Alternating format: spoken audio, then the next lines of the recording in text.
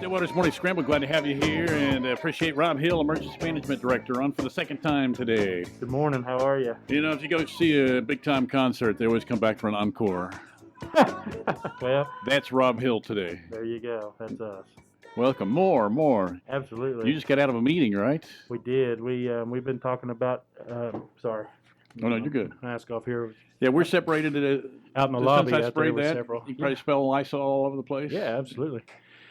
Yeah, we just got out of a meeting with Waste Management Director Chris Knight, Public Works Director Mark White, Deputy City Manager Melissa Reams, Assistant City Manager Paula Dennison, new Assistant City Manager Brady Moore, Administrative Executive Assistant Patty Osmus, myself, and then Safety Coordinator Sean Eisensmith, and then Supervisor Nick Westbrook. So lots of people in the room, right? Talking about the Some heavy hitters. I know most of those. Absolutely, yeah. Absolutely. Talking about the appropriate way to go forward with this. So right now we have 3 avenues that we are currently exploring. We're not ready to share those yet because we have to, like we talked about this morning, we have to get approval from DEQ to do what we're going to do. There's 3 completely different options, and each option has its own issues in and of itself. But what I can tell you is that if people want to get rid of debris now, they can take it to the landfill or they can take it to Henry Wells. But we're not going to be taking it at the Triple Convenience or the Triple C, the Convenience Collection Center. Okay. We're not going to do that. You have to take it to the landfill, or you have to take it to Henry Wells. But and then we will have a release date a release later today, talking about the dates that the city's going to start picking up debris and hauling it off. Now, let's discuss that a little bit. I know you can't go too much in detail. Yeah, because we just don't know which direction we're going to go yet. But with the size of the stuff, for example, okay, it's and I showed you pictures of my house. 10-foot lengths. Yeah. The size of the stuff that was on the road, because my road, when I turned to get on my little side road, it was blocked. Yeah. Therefore, luckily, the neighbor guy was out there.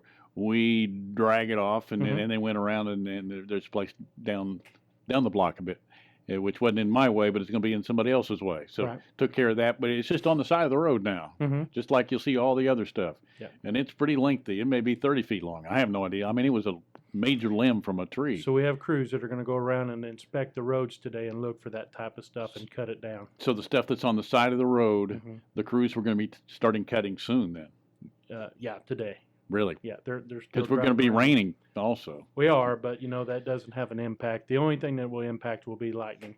Okay. We've had a couple of lightning warnings today already with some thunderstorms that have moved through. Now, nothing severe, obviously. It's just associated with the rainfall and stuff. But so they'll be driving around and they will be cutting that stuff up. And I will tell you that the length on materials for us to pick up is going to be 10 feet. Right. It used to be 15, now it's 10. So, and that'll all stuff be from your own yard. Yes, that we're going to pick up and haul off on your behalf, right? Right.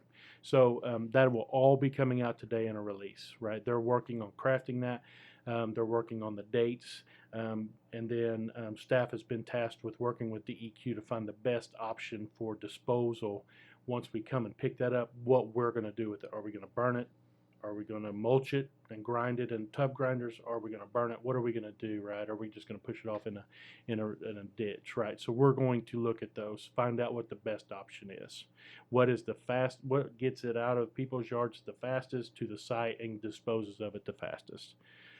Yeah, that's what we're looking at with the minimal cost, right? Because tub grinders are very expensive to rent, and then they create mulch, and then mulch in and of itself is an issue. If we burn it, there has to be days that we pick where the wind doesn't blow and the high fire danger, and we're concerned with that right now, so we're looking at that. And then can we push stuff off in ditches? Can we get permitted and licensed for that? So there's all kinds of things that we're looking at. Okay, we had Kerry Lee in earlier, and he was talking about hiring people. Will you be hiring just for contract labor people? We talked about that as well. Okay. We talked about that. We haven't made a decision on that yet. I believe the last thing that we discussed as far as hiring outside contractors was the fact that we thought that we could do it systematically just over a Okay. longer period of time, and Right. because it's very expensive, right? I mean, it Absolutely. is very expensive to hire outside contractors to come in and to clean this stuff up. We're going to be doing assessments today that will help gauge what we do moving forward today. So there's going to be all kinds of trucks out driving around just looking at the debris, trying to calculate how much of it is there, what can we do with it. Are we just going to haul it off and pay somebody to dispose of it for us? Are we going to dispose of it? And so there's all kinds of things. So we actually kind of came out of there with 3 different directions, and we just have to get in touch with the right people. Have you investigated the whole city yet? Have you driven around? Not the whole city, no, but I've seen some of the hardest hit areas. Yeah. Hmm. I showed you pictures from my area, and that's just an area. I mean, mine's probably typical for folks with older trees and, Yeah. and that type of stuff. Hmm. But where is the worst damage? Is there a location, or is it mainly the type of neighborhood with the type of trees? If you lived in an older community where you have these So big, beautiful trees. the places that we've been are the northeast part of town and Yep. the southwest part of town. Now there's trees down everywhere. Yeah. But those seem to be the hardest hit, and that's because they have the most neighborhood, the most Right. road neighborhood, right? So when you go there, you can drive multiple miles on neighborhood streets. So every house has trees, every house has plants and shrubs and bushes and all kinds of stuff, and those things are all susceptible. So you just go from house to house to house, and you just see limb after limb after limb, or half of a tree has split in half and fallen in somebody's yard or on their house, or Any roads blocked that we need to know about? not that I'm aware of now. Crews worked all night last I'll night bet. I'll from bet. Public Works, driving the routes. So those phone calls that came in yesterday were put on a list, and they were systematically worked through. And then if we had an emergency call come in, like there was one structure fire last night that unfortunately an elderly lady was inside. They took her to the hospital in Tulsa, but fire crews were able to get her out, but her house was severely damaged. Okay, I'm going to switch topics just a little bit because you brought that up. I saw a story yesterday, and they didn't follow it with a safety note. I'm not knocking the TV station at all because they were just getting, but they were talking to these people whose power, not only, this was a young guy, looked like he was in his 20s, seemed to be a nice fellow. But anyway, he had no power, and he was freezing. And he was naming these options of things he was looking for to heat his house. And on one, no, he was just in an apartment. Okay. And the apartment was out. And he had a gas stove. And he said, that's what we're using for our heat right now, the gas stove. That had, to me, bad idea written all over it. Absolutely. And they didn't follow up with that. But he was heating it literally with the burners on his stove. Yeah, that's a bad deal. There's a lot of dangerous stuff that can happen if you don't do things right, right? Oh, absolutely. Yeah, yeah. I mean that just has danger written all over it. For And any number of reasons. Yeah, and my friends at the fire department are probably cringing in their seats right now just hearing that. But yeah, But and I was surprised they didn't follow up on the story and say, don't do that. There were people that that were using generators inside their garage. Yes. And that's bad. People using generators, whisper quiet generators inside their house because they don't make noise, right? Bad, right? I mean, there's just so many things that could go wrong. So you many fall things asleep with that on? Oh my gosh. Yeah, and you might not wake up. Right. Yeah. So you hear that every year at one time. Yeah. I got to be honest about.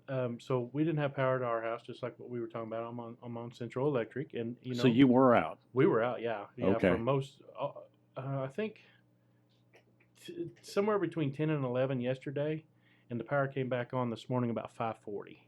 Okay, so you were out all night. Then. Yeah. So I got to be honest about it.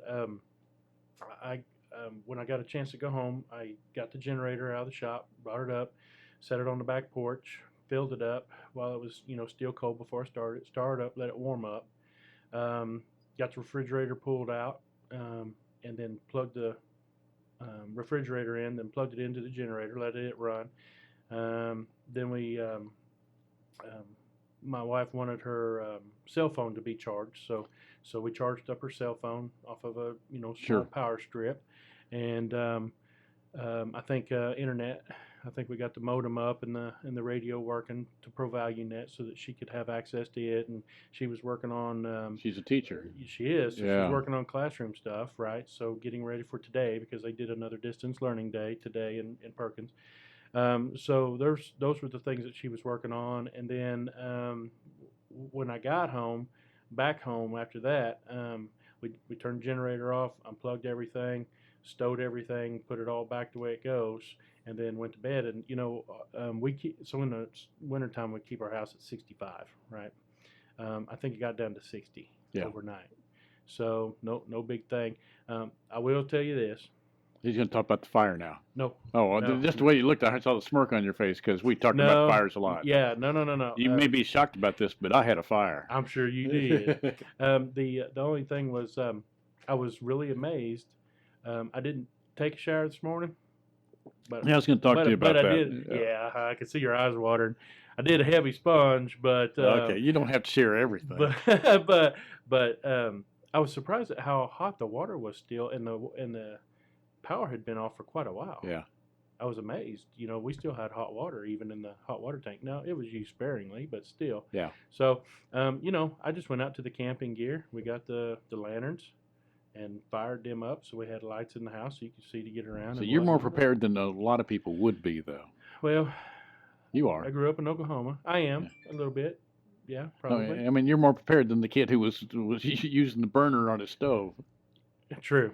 And there's a lot of folks that don't have all that. And also, we're talking to Central, and the one thing about a lot of those people that maybe they serve, they may be more in tune to be able to do what you just did with the generator and everything else. Oh, they absolutely. may be more prepared than. And the biggest fear is with hooking up a generator to something is actually plugging the appliance into the generator, right?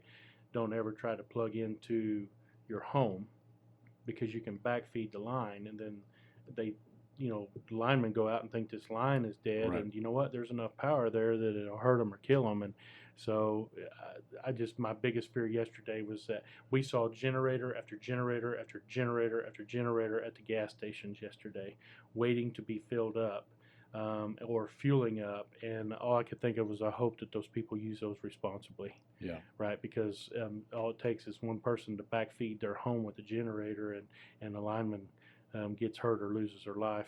Okay. You heard Jillian say that they had, and I was in the room with her, and it was, you could tell that she's a good soul because she was really hurting for the people that were without power. Oh, absolutely. And nearly half of theirs, Mm-hmm. and that covers 7-county area. Yeah, what you said, 4,000 miles of line? Yeah. Mm-hmm. So and they got crews coming in today at 11? From Missouri and Arkansas.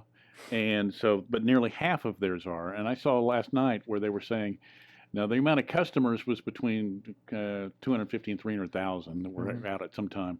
But when you figure that amount of people that affects, it was close to 750,000 people without power. Yeah. Mm-hmm. And in a state the size of Oklahoma, that's a good chunk. Yeah. A decent percentage, like 20 to 25%. And you were one of those. Most people were affected. In the city this morning, you said 1,326.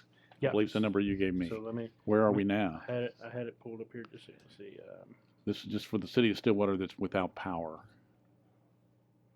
1,519 right now, so Okay, it's gone a few up. more. Okay. Yeah, so and we expect that, right? So we know that number's going to go up. It's going to come down. It's going to go up.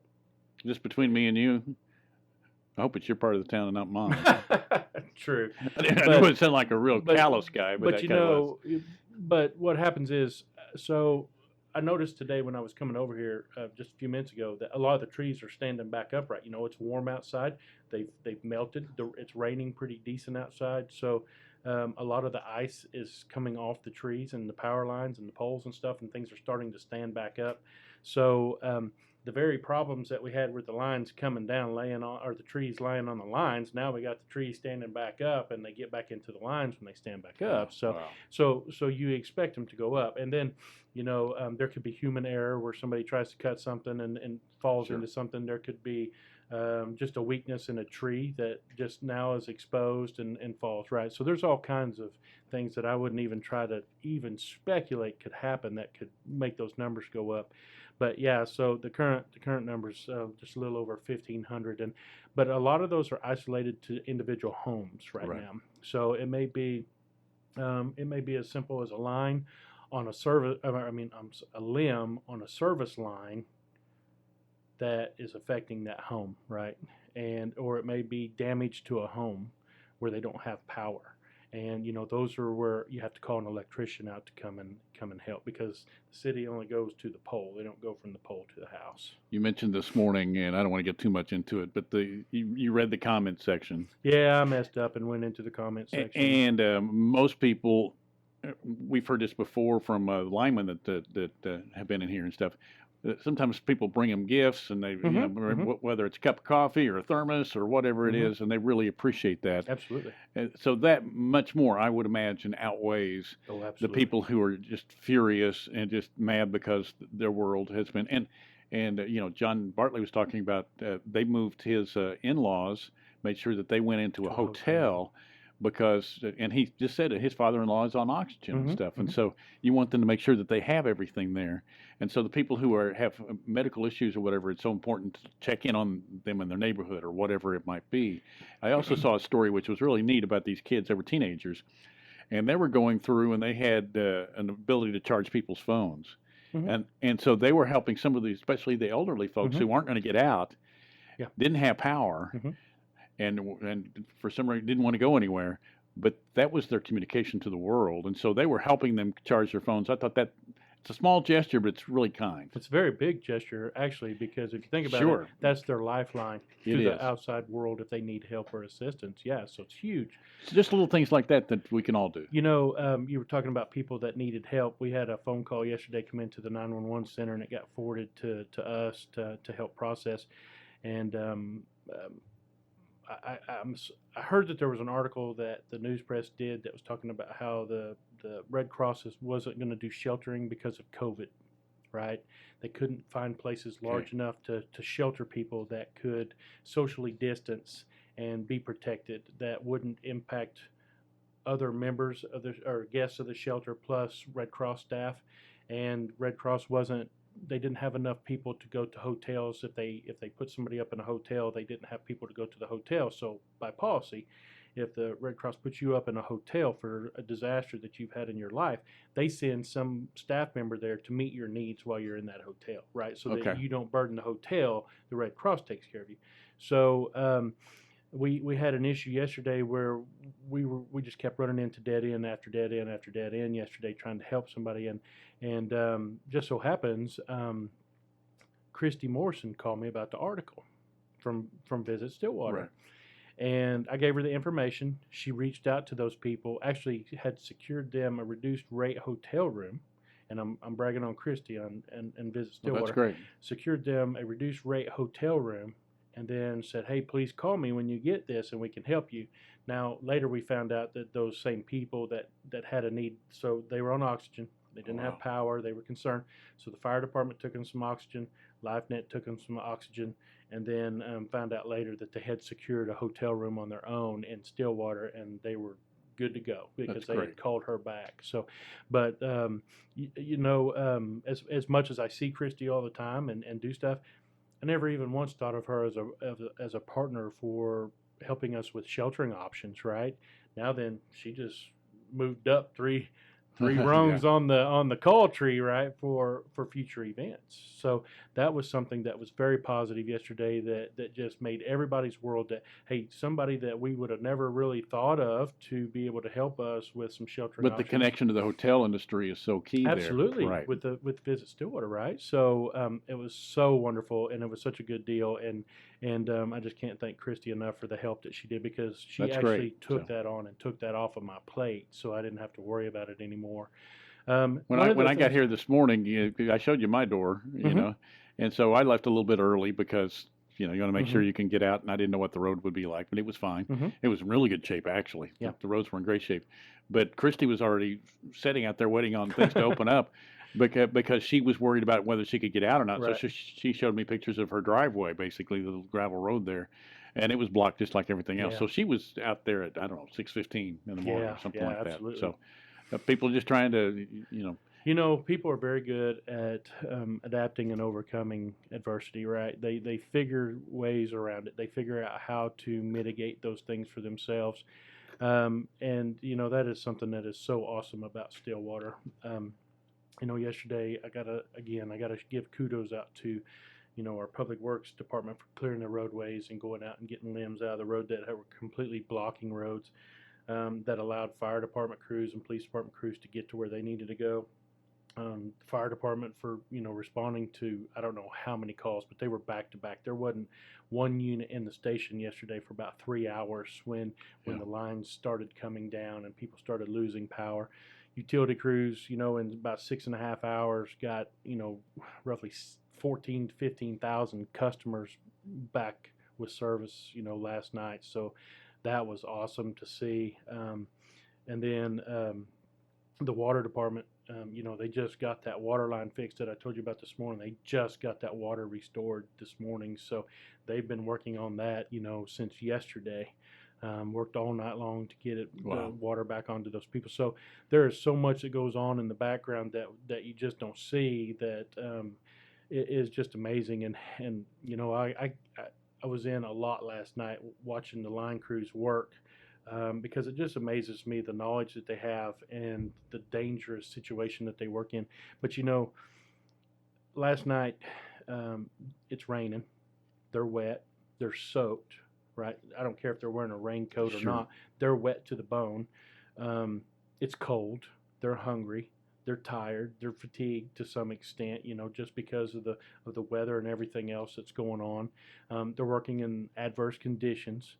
With rods up in the air trying to clear limbs off of transmission lines and distribution lines and just trying to put fuses back together and put all the transformers back together. And I just was so amazed at how well they work, and I get the I can sense the pride almost. Yeah, absolutely, right. Yeah, I mean, yeah. I don't even work for that department, and I'm so proud of them, and Right. so proud of the things that we were able to do. And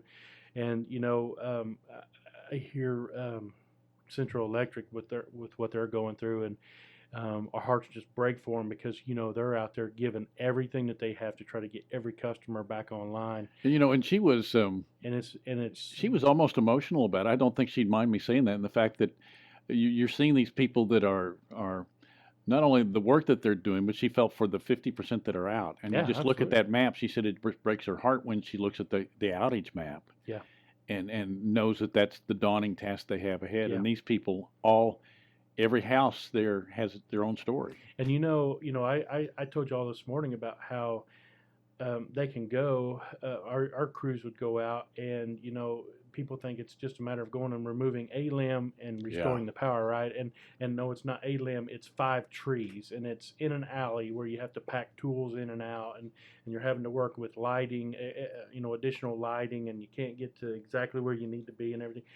I saw a picture on their Facebook yesterday where they've got 2 crews that are down a muddy road, and they have fought tooth and nail driving those vehicles to get them down the road, only to be elevated in a bucket in the rain and the ice over Wow. ice-covered trees with ice-covered lines, trying to restring and rehang lines that have broke under the weight.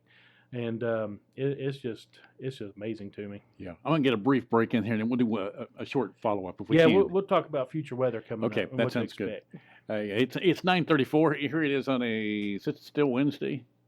Yep. Yeah, it is Wednesday, as a matter of Happy fact. Wellness Wednesday, Rob. Yeah.